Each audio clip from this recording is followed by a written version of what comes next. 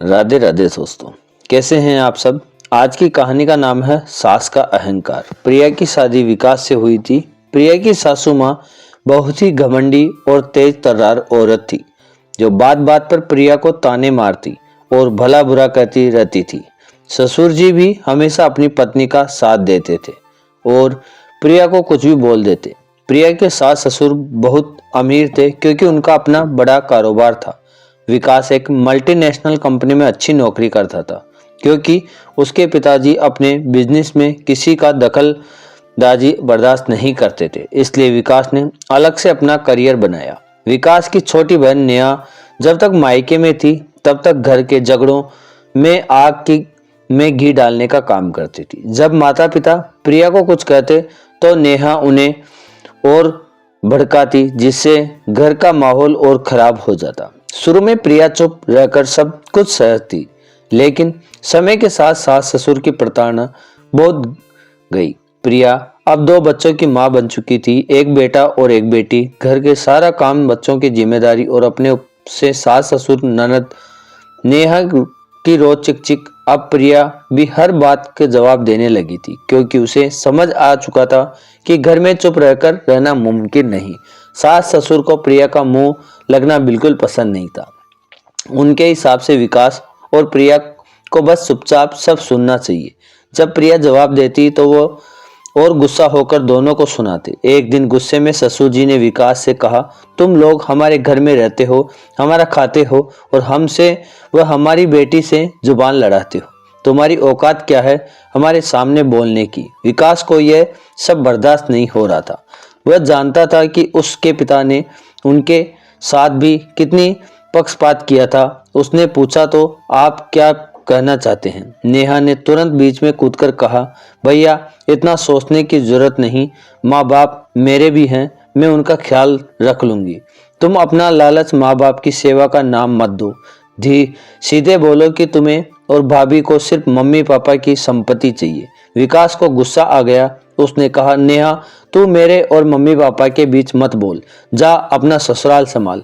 सासू माँ बोली, खबरदार, जो मेरी बेटी को कुछ कहा, उसे इस घर में उतना ही हक है जितना तेरा। विकास ने जवाब दिया, नहीं माँ, इस घर पर तो सारा हक नेहा का ही है, मेरा कुछ नहीं।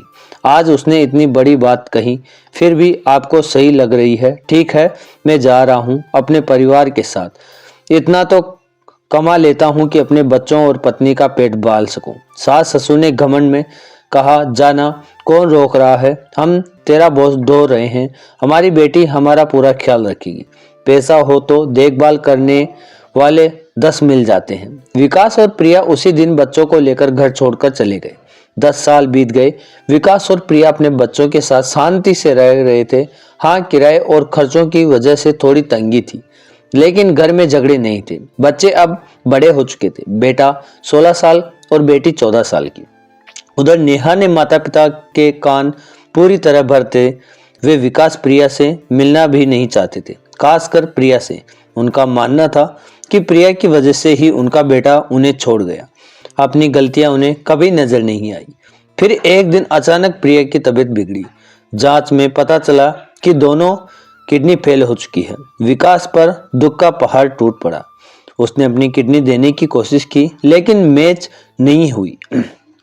अस्पताल में एक डोनर मिला जो पैसे लेकर किडनी देने को तैयार था और मैच भी कर रही थी। कीमत थी 45 लाख, साथ में ऑपरेशन व अन्य खर्च, कुल 65-70 लाख। विकास के पास इतने पैसे नहीं थे।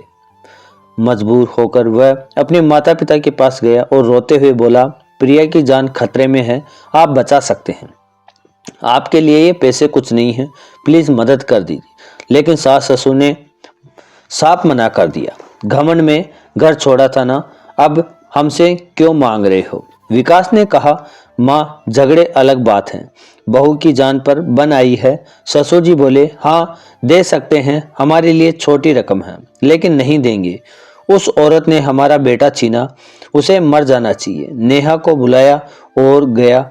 उसने भी माता पिता की हाँ में हाँ मिलाई। क्या गलत कह रहे हैं मम्मी पापा, भाभी ने सिर्फ आपका दिल दुखाया और भैया भी उनके चक्कर में हमें छोड़ गए। अब ऐसी औरत मरे या जिए क्या फर्क पड़ता है। विकास को समझ आ गया कि उसके माता पिता और बहन कितने स्वार्थी हैं। वह फिर गिड़गिड़ाया, प्लीज प्रिया को बचा लो, जिंदगी भर आपकी सेवा करूंगा। बच्चों का क्या होगा, लेकिन वह नहीं माने। बोले, हम सारी दौलत कुएं में डाल देंगे लेकिन उस औरत को नहीं बचाएंगे। वह मर जाए तो तुम बच्चों को लेकर यहाँ आ जाना, हम तुम्हारे लिए अच्छी सीधी लड़की देख लेंगे। विकास चुपचाप लौट आया। प्रिया के गहने बेचकर कुछ दिन इलाज चलाया, लेकिन ट्रांसप्लांट के बिना कुछ नहीं हो सकता। आखिरकार प्रिया इस दुनिया से चली गई। विकास और बच्चे पूरी तरह टूट गए। महीनों तक खुद को संभाला। सास ससुर को लगता था कि अब विकास उनके पास वापस आएगा, लेकिन बच्चों के मन में दादा दादी के लिए नफरत बढ़ चुकी थी। वे समझते थे कि उनकी माँ की मौत की वजह से वही थे। विकास ने भी उन्हें कभी माफ नहीं किया। समझ बीतता गया, बच्चे बड़े हुए, बेटे की अच्छी नौकरी लग गई, बेटी मेडिकल की पढ़ाई कर रही थी। विकास ने घर और ऑफिस दोनों संभाले। नेहा ने एक दो बार संपर्क करने की कोशिश की, लेकिन विकास ने बात नहीं की।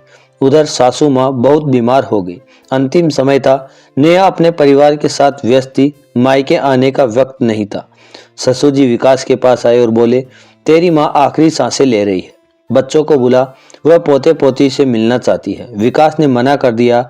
मेरे बच्चे उनकी शक्ल नहीं देखना चाहते, जिन्होंने उनके बचपन में उनकी माँ छीन ली, आज उनसे मिलने बुला रहे हैं। ससुर जी बोले, कम से कम तू तो आ, तेरी माँ ने तुझे जन्म दिया है। विकास गया। माँ ने गले लगाने को हाथ बढ़ाए, लेकिन वह दूर खड़ा हो रहा।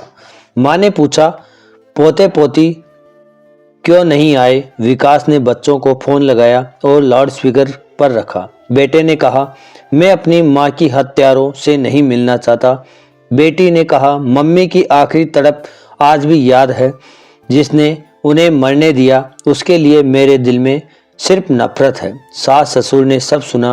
उन्हें समझ आया कि दौलत तो कमा ली, लेकिन रिश्ते खो गए। माँ चल बसी। ससुर जी अकेले रह गए। कुछ दिन बाद वे फिर आए। बेटा, मैं अकेला हूँ, आ जा, इस घर में सब कुछ तेरा है। विकास ने कहा, अब आपको अकेलापन महसूस हो रहा है पापा। मेरी पत्नी को तो आपने बीच में ही छोड़ दिया। आपकी पत्नी ने तो पूरा साथ निभाया, मेरी तो अधूरी रह गई। आप अकेले कहाँ हैं? आपकी दौलत तो है ना आपके साथ, वही आपको सुख देगी। बस एक परेशानी है, उसे साथ ले नहीं जा सकेंगे, आपके साथ सिर्फ कर्म जाएंगे। कहकर विकास चला गया और बोला, आपकी दौलत आप रखिए ना, नेहा को दे दीजिए, मुझे नहीं चाहिए वो दौलत जिसके घमंड में आपने मेरी पत्नी की जान जाने। यह कहानी आपको कैसी लगी कमेंट में जरूर बताएं और लाइक एंड सब्सक्राइब करना ना भूलें। धन्यवाद।